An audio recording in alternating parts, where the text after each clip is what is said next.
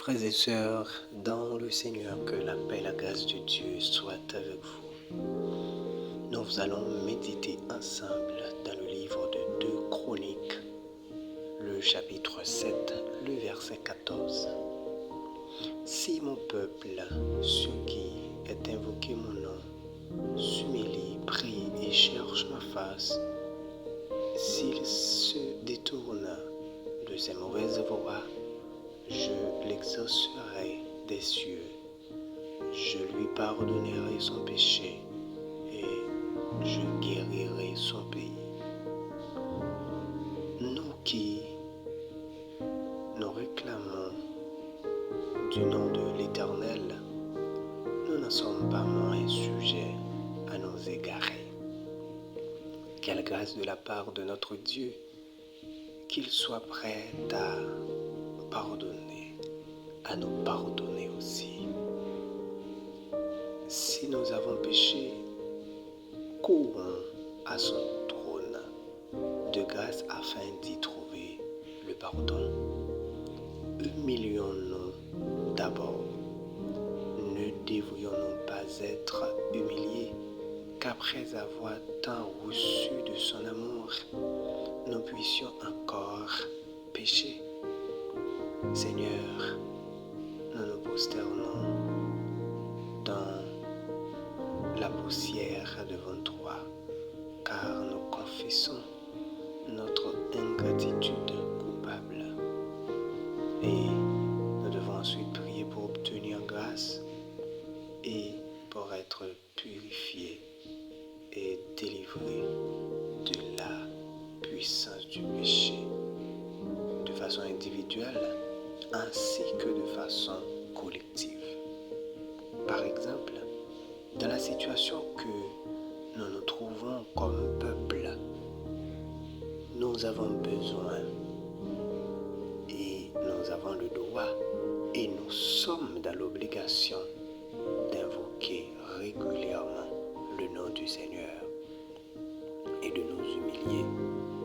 Et le reste du passage n'est pas trop différent, à savoir prier, chercher la face du Seigneur et se détourner des mauvaises voies. Et s'il le faut, même nous positionner en intercesseur devant le Seigneur, à la manière d'Abraham qui avait trouvé les mots justes pour plaider en faveur de Sodome et de Gomorrhe.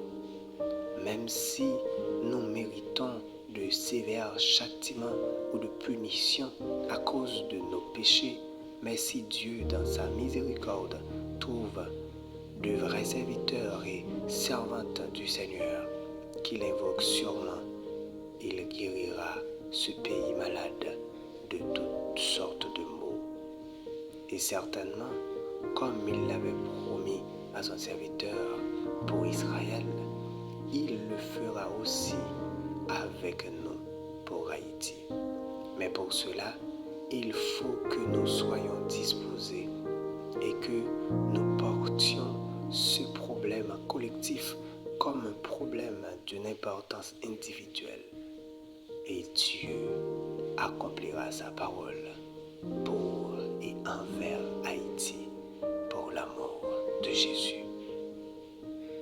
Prions le Seigneur. Seigneur Dieu, aie pitié de nous. Tu sais, ô Dieu, combien de fois nous avons péché contre toi. Nous te demandons pardon. Seigneur, pardonne-nous et guéris notre Haïti. Nous t'implorons, ô Dieu, nous t'implorons au nom de Jésus pour nos familles. Nous t'implorons aussi pour nos activités. Nous t'implorons pour ceux et celles, Seigneur, qui se trouvent, comme on dirait, dans l'obligation de nous faire souffrir. Mais nous savons que tu as le droit, tu as la capacité, tu as le pouvoir de changer les cœurs de pierre en cœur de chair. Nous te demandons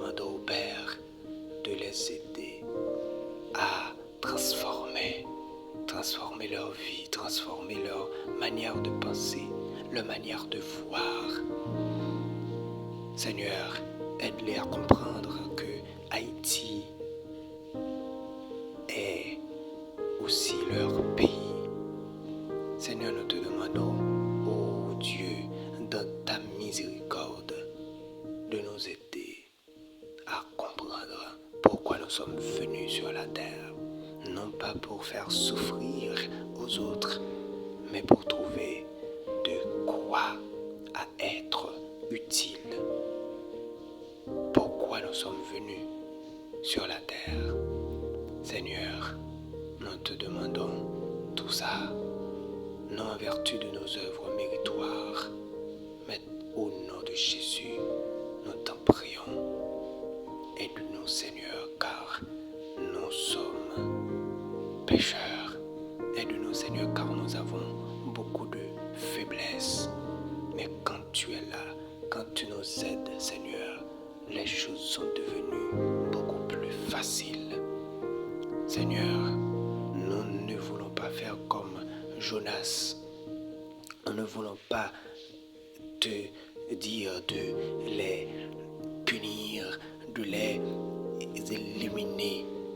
Sûrement, après nous avoir fait souffrir, ces personnes-là, ces dirigeants, ces autres personnes ont quand même mérité des punitions.